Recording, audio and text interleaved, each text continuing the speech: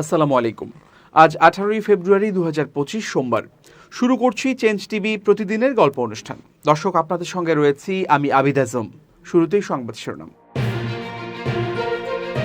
BNP জামাতের মধ্যে বৈরিতায় খুশি ভারত, যা বলল আনন্দবাজার পত্রিকা।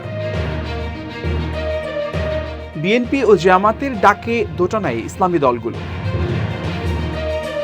20 এপ্রিলের মধ্যে হাসিনার খেলা শেষ। এবার বিস্তারিত। বিএনপি এবং জামাতের মধ্যে দূরত্ব তৈরি হওয়ায় বেশ খুশি ভারতের কূটনীতিক ও রাজনীতি বিশ্লেষকরা। বিশেষ করে বাংলাদেশের দুটি প্রধান দলের মধ্যে এই বৈরিতাকে উপভোগ্য হিসেবে নিয়েছে ক্ষমতাসীন বিজেপি। এ বিষয়ে একটি প্রতিবেদন প্রকাশ করেছে ভারতের পশ্চিমবঙ্গের আনন্দবাজার পত্রিকা। প্রতিবেদনটি হুবহু তুলে ধরা হলো। সরকারের বৃহত্তম সমর্থক দল বিএনপির নেতৃত্ব প্রধান উপদেষ্টা মোহাম্মদ ইউনূসের কাছে গিয়ে চলতি বছর শেষের আগেই নির্বাচনের দাবি জানানোর পরে হঠাৎই সরগরম হয়ে উঠেছে বাংলাদেশের রাজনীতি। আন্দোলনকারী ছাত্ররা নতুন রাজনৈতিক দল গড়ার বিষয়ে নীরবতা ভেঙেছে। উপদেষ্টা তথা কোটা বিরোধী আন্দোলনের নেতা নাহিদ ইসলাম সরকার থেকে ইস্তফা দিয়ে নতুন দলটির প্রধান বা সমন্বয়ক হতে চলেছেন। তবে ওই দলের 2 নম্বর পদ সদস্য সচিব কে হবেন তা নিয়ে বৈষম্য বিরোধী ছাত্র আন্দোলন এখনও সিদ্ধান্ত চূড়ান্ত করতে পারেনি। সার্জিস আলম, হাসনাত আবদুল্লাহ ও প্রস্তুতি সংগঠন জাতীয় নাগরিক কমিটির 2 নেতা নাসির উদ্দিন পাটোয়ারি ও আক্তার হোসেনের নাম এই পদের জন্য উঠছে। সুতরাং আসিফ মাহমুদ, সজীব ভুঁইয়া ও মাহফুজ আলম এখন ছাত্রদের পক্ষে সরকারে থাকছেন। এই মাসেই নতুন দলের নাম ঘোষণা হলে তথ্য ও সম্প্রচার সহ একাধিক উপদেষ্টার পদ ছেড়ে নতুন দলের হাল ধরবেন। সজীব ও মাহফুজ ইস্তফা দিয়ে দলের দায়িত্ব নেবেন কয়েক মাস পরে। তবে মাত্র কয়েক মাসের মধ্যে এই দল কিভাবে নির্বাচনে অবতীর্ণ হতে পারলেও কি তার ফলাফল হতে পারে, এসব প্রশ্ন রয়েছেই। তবে নতুন এই দল গঠনে জামায়াতে ইসলামীর সাহায্য সহযোগিতা চোখে পড়ার মতো। হাসিনা বিদায় এবং দেশজুড়ে শেখ মুজিবুর রহমানের মূর্তি ও স্মারক ভাঙা, 32 নম্বর ধানমন্ডি রোডে তার বাড়ি চুরমার করার পরেও মুক্তিযুদ্ধের ঐতিহ্যকে যে মানুষের মন থেকে মোছা যাচ্ছে না, দিব্য বুঝছেন জামায়াত নেতারা। এই ইসলামী দলটির নেতারা 71-এর যুদ্ধের সময় শুধু যে অখণ্ড পাকিস্তানের সমর্থক ছিল তাই নয়, পাক সেনাবাহিনীকে সাহায্যের জন্য রাজাকার আলবদর আল শামসের মতো সংগঠন গড়ে মুক্তিকামী মানুষের উপরে ভয়াবহ নির্যাতন ও গণহত্যা চালিয়েছিল। আনন্দবাজার আরও বলছে, আন্তর্জাতিক যুদ্ধাপরাধ আদালতের রায়ে জামাতের এক ঝাঁক নেতার ফাঁসি হয়ে গিয়েছে। জামাত ভেবেছিল নেতাদের মৃত্যুতে তারা 71-এর পচা অতীত থেকে বেরিয়ে আসতে পারবেন। হাসিনা বিদায়ের পরের 6 মাসের সেই সময়ে তাদের অবস্থান নিয়ে নতুন একটি ভাষ্য প্রচার করতে শুরু করেছেন জামাতের আমির ডাক্তার শফিকুর রহমান। রোববারও একটি সংবাদপত্রকে দেয়া সাক্ষাৎকারে তিনি বলেছেন, সহযোগী হিসেবে ভারত এগিয়ে আসার কারণেই তারা 71-এর মুক্তিযুদ্ধকে সমর্থন করেননি। শফিকুর বলেন, আমরাও বাংলাদেশের স্বাধীনতা চেয়েছিলাম, কিন্তু একটা দেশের অধীন থেকে বেরিয়ে এসে আরেকটা দেশের অধীন হতে চায়নি। জামাতের আমির দাবি করেছেন, ভোটের মাধ্যমে স্বাধীনতা না পেলে তারা গেরিলা যুদ্ধের মাধ্যমে স্বাধীনতা ছিনিয়ে আনতেও তৈরি ছিলেন। শফিকুরের এই দাবি শুনে হেসে ওঠেন খুনের মামলায় নাম জড়িয়ে দেয়ায় আত্মগোপনে থাকা এক বিশিষ্ট মুক্তিযোদ্ধা তথা সাংস্কৃতিক ব্যক্তিত্ব। তিনি বলেন, কাদের যেন ছলের অভাব হয় না। 71-এ শফিকুর জামাতে ছিলেন কিনা জানে না, তবে আমরা মুক্তিযুদ্ধে ছিলাম। সে সময়ে জামাতের কি অবস্থান ছিল শফিকুর নাও জানতে পারেন, কিন্তু আমরা সকলেই জানি।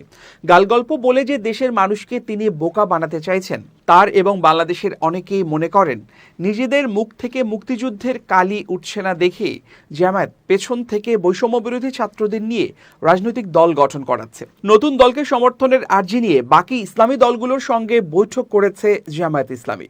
জামায়াত মনে করছে, জনপ্রিয়তার জোয়ারে ভাসা ছাত্রদের নতুন দলই পারে নির্বাচনে ধারে ভারে বহুগুণ এগিয়ে থাকা বিএনপির অনায়াস জয়কে ঠেকাতে। 71-এ পচা অতীতের দায়ও এই তরুণ তুর্কিদের নেই। দৈনিক প্রথম আলোর প্রথম পাতায় শিরোনাম করেছে, বিএনপি ও জামাতের ডাকে দোটানায় ইসলামী দলগুলো। প্রতিবেদনে বলা হয়েছে, বিএনপির সঙ্গে দূরত্ব তৈরি হওয়ার পর আগামী জাতীয় নির্বাচনে ইসলামপন্থী দলগুলোকে নিয়ে মৈত্রী গড়ার চেষ্টা করছে বাংলাদেশ জামায়াত ইসলামী। একইভাবে বিএনপিও তৎপর নির্বাচনী যাত্রায় ইসলামপন্থীদের পাশে পেতে। সংশ্লিষ্ট একাধিক দায়িত্বশীল সূত্র জানিয়েছে, নির্বাচন ঘিরে এ দুটি দলের তৎপরতায় ইসলামী দলগুলোর মধ্যে দোটানা ভাব দেখা দিয়েছে। আগামী নির্বাচনে কী ধরনের ভূমিকা নেওয়া সঠিক হবে তা নিয়ে আলোচনা আছে এসব দলে, যদিও দলগুলোর সব উদ্যোগই এখনও প্রাথমিক পর্যায়ে। বিএনপি তৎপর ইসলামপন্থী দলগুলোকে পাশে রেখে প্রয়োজনে আসন সমঝোতা করে নির্বাচনী মাঠে যেতে। অন্যদিকে ইসলামপন্থীদের ভোট এক বাক্সে আনার চিন্তা নিয়ে অগ্রসর হচ্ছে জামাত ও চরমনাই পীরের দল ইসলামী আন্দোলন বাংলাদেশ। এ লক্ষ্যে দুই পক্ষই পৃথক তৎপরতা শুরু করেছে। ইতিমধ্যে ইসলামী আন্দোলন ও খেলাফত মজলিসের সঙ্গে আলাদা বৈঠক করেছে বিএনপি। শিগগির অন্যান্য ইসলামপন্থীদের দলের সঙ্গে বৈঠক হওয়ার সম্ভাবনা রয়েছে বলে জানা গেছে। বিএনপির উচ্চ পর্যায়ের দায়িত্বশীল একটি সূত্র জানিয়েছে, বিগত ফ্যাসিবাদ বিরোধী যুগপৎ আন্দোলনে সেভাবে সক্রিয় ছিল না এমন ইসলামী দলগুলোর সঙ্গেও বৈঠক করার সিদ্ধান্ত রয়েছে বিএনপির। এজন্য স্থায়ী কমিটির একজন জ্যেষ্ঠ সদস্যকে বিশেষভাবে দায়িত্ব দেওয়া হয়েছে। অন্যদিকে জামাত প্রকাশ্যে তৎপরতা না চালালেও নির্বাচন ঘিরে ভেতরে ভেতরে বিভিন্ন দলের সঙ্গে রাজনৈতিক মৈত্রী গড়ার চেষ্টা করছে। দলটির এই ঐক্য প্রচেষ্টার সঙ্গে ইসলামী আন্দোলনের সম্পৃক্ততা রয়েছে বলে ইসলামপন্থীদের মধ্যে আলোচনা আছে। গত বছরের 5 আগস্ট ছাত্র জনতার অভ্যুত্থানে রাজনৈতিক পট পরিবর্তনের পরপরই জামাতের আমির বিভিন্ন ইসলামী দল ও সংগঠনের নেতাদের সঙ্গে কয়েক দফায় শুভেচ্ছা বিনিময় করেন।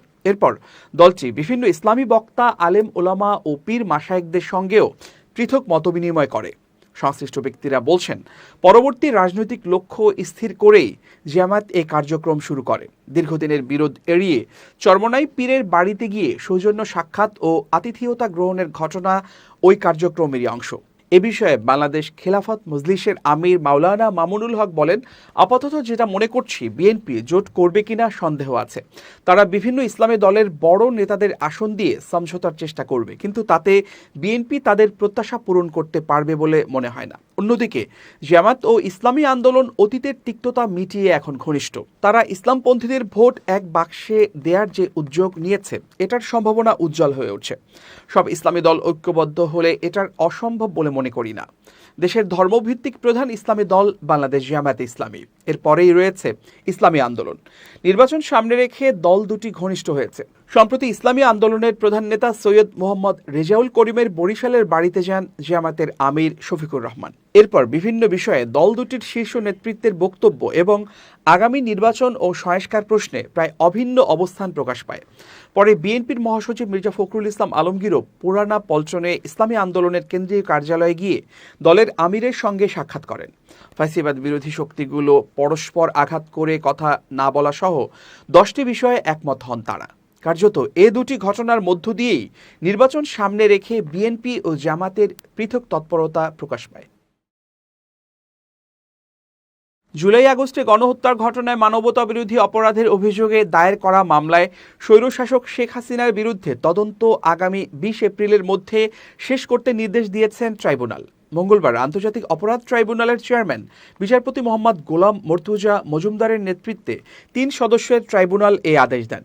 প্রসিকিউশনের সময় আবেদনের পরিপ্রেক্ষিতে আদালত এ আদেশ দেন। ট্রাইব্যুনালে প্রসিকিউশনের পক্ষে শুনানি করেন অতিরিক্ত চিফ প্রসিকিউটর মিজানুল ইসলাম।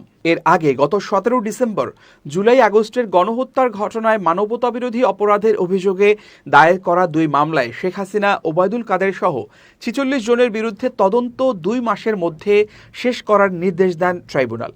বৈষম্য বিরোধী ছাত্র আন্দোলনের নিরস্ত্র ছাত্র জনতার উপর গুলি হত্যার নির্দেশদাতা ও পরিকল্পনাকারী হিসেবে সাবেক প্রধানমন্ত্রী শেখ হাসিনা সহ অভিযুক্তদের বিরুদ্ধে আন্তর্জাতিক অপরাধ ট্রাইব্যুনালে বিচার চলছে। ছাত্র জনতার আন্দোলন ঠেকাতে আওয়ামী লীগ সরকার নির্বিচারে হত্যা চালায়। প্রায় 1,500 মানুষ প্রাণ হারান ওই আন্দোলনে। ছাত্র জনতার আন্দোলনের মুখে 5 আগস্ট শেখ হাসিনা সরকারের 15 বছরের শাসনের অবসান হয়। এরপর শান্তিতে নোবেলজয়ী ডক্টর মোহাম্মদ ইউনূসের নেতৃত্বে অন্তর্বর্তী সরকার দেশ পরিচালনার দায়িত্ব নিলে জুলাই আগস্টের গণহত্যার বিচার করার সিদ্ধান্ত নেওয়া হয়। স্বরাষ্ট্র উপদেষ্টা লেফটেন্যান্ট জেনারেল অবসরপ্রাপ্ত মোহাম্মদ জাহাঙ্গীর আলম চৌধুরী জানিয়েছেন, যতদিন ডেভিলরা থাকবে ততদিন ডেভিল হান্ট অপারেশন চলবে। তিনি বলেন, আইন শৃঙ্খলা পরিস্থিতির উন্নতির জন্য এই অভিযান চালানো হচ্ছে। জেলা প্রশাসক সম্মেলনে অংশ নিয়ে সাংবাদিকদের প্রশ্নের জবাবে তিনি এসব কথা বলেন। স্বরাষ্ট্র উপদেষ্টা বলেন, দেশ থেকে দুর্নীতি কমাতে হবে, এটা না পারলে কোনো উন্নতি হবে না। আমাদের বড় সমস্যা হলো দুর্নীতি। সব লেভেল থেকে তা কমিয়ে আনতে হবে। এজন্য সবার সহযোগিতা চেয়েছি। বর্তমানে দেশের আইন শৃঙ্খলা পরিস্থিতির অনেক উন্নতি হয়েছে উল্লেখ করে উপদেষ্টা বলেন, আরও উন্নতি আশা করি। আইন শৃঙ্খলা পরিস্থিতি ও কৃষিক্ষেত্রে আরও কিভাবে উন্নতি করা যায় সেসব নিয়ে আলোচনা হয়েছে। সম্মেলনে জেলা প্রশাসকরা সীমান্তে বিজিবি এবং নৌ পুলিশ বাড়ানোর কথা বলেছেন বলে জানান স্বরাষ্ট্র উপদেষ্টা। তিনি বলেন, গাজীপুর মেট্রোপলিটন পুলিশে এবং ইন্ডাস্ট্রিয়াল পুলিশের জনবল বাড়ানোর প্রস্তাব এসেছে। জাতীয় নির্বাচনের পূর্বে স্থানীয় সব নির্বাচন সমাপ্ত করার জোর দাবি জানিয়ে ইসলামী আন্দোলন বাংলাদেশের যুগ্ম মহাসচিব ও ঢাকা মহানগর উত্তর সভাপতি মাওলানা শেখ ফজলে বারী মাসুদ বলেছেন, জাতীয় নির্বাচনের পূর্বে স্থানীয় সব নির্বাচন সমাপ্ত করতে হবে। কারণ জাতীয় নির্বাচনের পর স্থানীয় নির্বাচন করলে আইন শৃঙ্খলায় বাধা সৃষ্টির জন্য স্থানীয় একটি নব্য ফ্যাসিবাদী গোষ্ঠীর জন্ম হবে। তাই স্থানীয় নির্বাচন আগে, তারপর জাতীয় নির্বাচন। যুক্তির সময়ের পর অন্তর্বর্তী সরকারকে আর সময় দেবে না জনগণ বলে মন্তব্য করেন তিনি।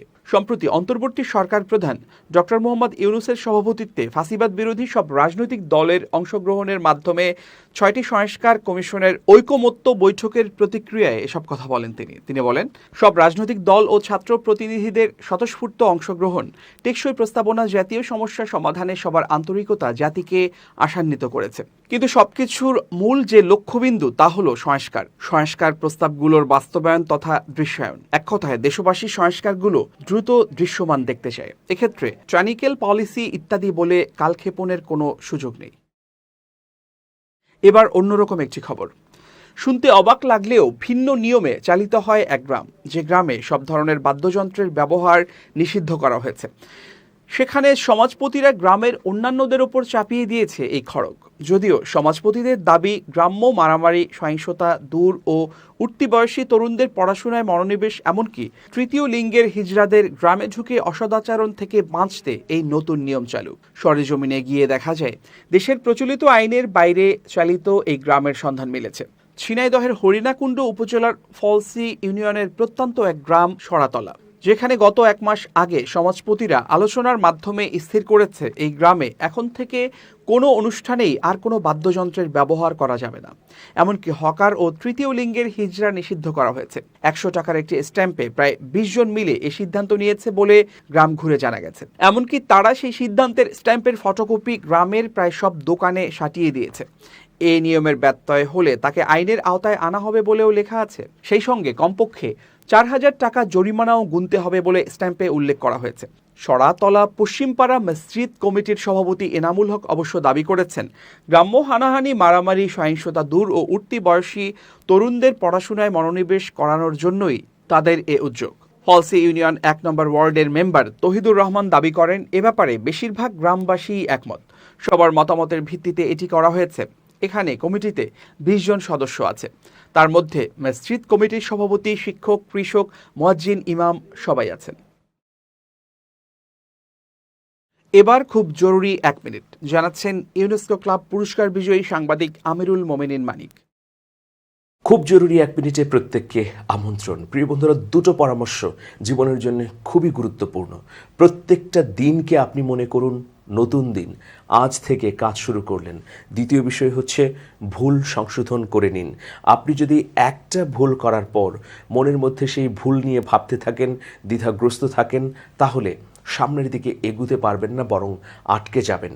আপনি প্রত্যেকটি ভুলের পর সেই ভুল থেকে শিক্ষা নিয়ে প্রত্যেক দিনকে নতুন দিন মনে করে যদি এগুতে পারেন, অবশ্যই নিজের উন্নয়ন, অগ্রগতি সম্ভব। সুতরাং আসুন, ভুল থেকে আমরা শিক্ষা নেব, ভুলকে নিজের মধ্যে রাখবো না, বরং সমাধান করার চেষ্টা করব। দ্বিতীয় বিষয় হচ্ছে, প্রত্যেকটা দিনকে আমরা নতুন দিন মনে করে নতুন গতিতে, নতুন উদ্দীপনায় এগিয়ে যাবার চেষ্টা করব। সবাই ভালো থাকবেন, শুভেচ্ছা নিরন্তর। এবার দেশের বাইরের প্রসঙ্গ। যুক্তরাষ্ট্রে ফিলিস্তিনি ভেবে 2 ইসরায়েলি নাগরিককে গুলি চালিয়েছে এক যুবক। এতে প্রাণে বাঁচলেও গুরুতর আহত হয়েছেন তারা। এই ঘটনায় ইতোমধ্যেই ফ্লোরিডা অঙ্গরাজ্য থেকে ওই যুবককে গ্রেপ্তার করেছে পুলিশ। তারা জানিয়েছে, ফিলিস্তিনি ভেবে ইসরায়েলি 2 পর্যটককে হত্যা চেষ্টার অভিযোগে গ্রেপ্তার করা হয়েছে তাকে। এই খবর দিয়েছে বার্তা সংস্থা রয়টার্স। এতে বলা হয়েছে, অভিযুক্ত ব্যক্তির নাম মর্দেচাই ব্রাফম্যান তার বিরুদ্ধে ইসরায়েলি 2 নাগরিককে হত্যা চেষ্টার অভিযোগ আনা হয়েছে। এ বিষয়ে তার বিরুদ্ধে একটি মামলাও হয়েছে। পুলিশের কাছে দেয়া জবানবন্দিতে ব্রাফম্যান তার দোষ স্বীকার করেছেন, বলেছেন মায়ামি বিচে গাড়ি চালানোর সময় তিনি 2 ব্যক্তিকে দেখে ফিলিস্তিনের নাগরিক ভেবেছিলেন। পরে তিনি সেখানে অবস্থান নেন এবং হত্যার উদ্দেশ্যে তাদেরকে লক্ষ্য করে গুলিবর্ষণ করেন। এতে ভুক্তভোগীরা প্রাণে বাঁচলেও গুরুতর আঘাতপ্রাপ্ত হয়েছেন। একজনের কাঁধে এবং অন্যজনের বাহুতে গুলি লেগেছে। পুলিশ নিশ্চিত করেছে যে আহত 2 ব্যক্তি ফিলিস্তিনি নন, তারা ইসরায়েলি পর্যটক। রয়টার্স তাৎক্ষণিকভাবে ব্রাফম্যানের কোনো প্রতিনিধি বা আইনজীবীর সঙ্গে যোগাযোগ করতে পারেনি। মানবাধিকার কর্মীরা বলছেন 2023 সালে হামাস ইসরায়েল যুদ্ধ শুরুর পর থেকে যুক্তরাষ্ট্রে মুসলিম ও ইহুদি বিদ্বেষ আগের তুলনায় অনেক বেশি বৃদ্ধি পেয়েছে। ফিলিস্তিন এবং ইসরায়েলের পক্ষে বিপক্ষে অবস্থান নিয়ে একদল আরেক দলের প্রতি ঘৃণা প্রদর্শন করছে। এতে সামাজিক অস্থিরতা তৈরি হয়েছে, যা আমেরিকানদের সামাজিক স্থিতিশীলতার জন্য হুমকি স্বরূপ বলে মনে করেন তারা। প্রিয় দর্শক, শেষ করছি প্রতিদিনের গল্পের আজকের গল্প। change.tv.press বাংলাদেশের ইউটিউব জার্নালিজমের অগ্রদূত। ভিজিট করুন এর ওয়েবসাইট www.changetv.press, ইউটিউব youtube.com/changetv.press এবং সাবস্ক্রাইব করুন চ্যানেলটি। নিয়মিত লাইক, কমেন্ট ও শেয়ার করে আপডেট রাখুন নিজেকে। ভালো থাকুন, নিরাপদে থাকুন, শুভেচ্ছা নিরন্তর।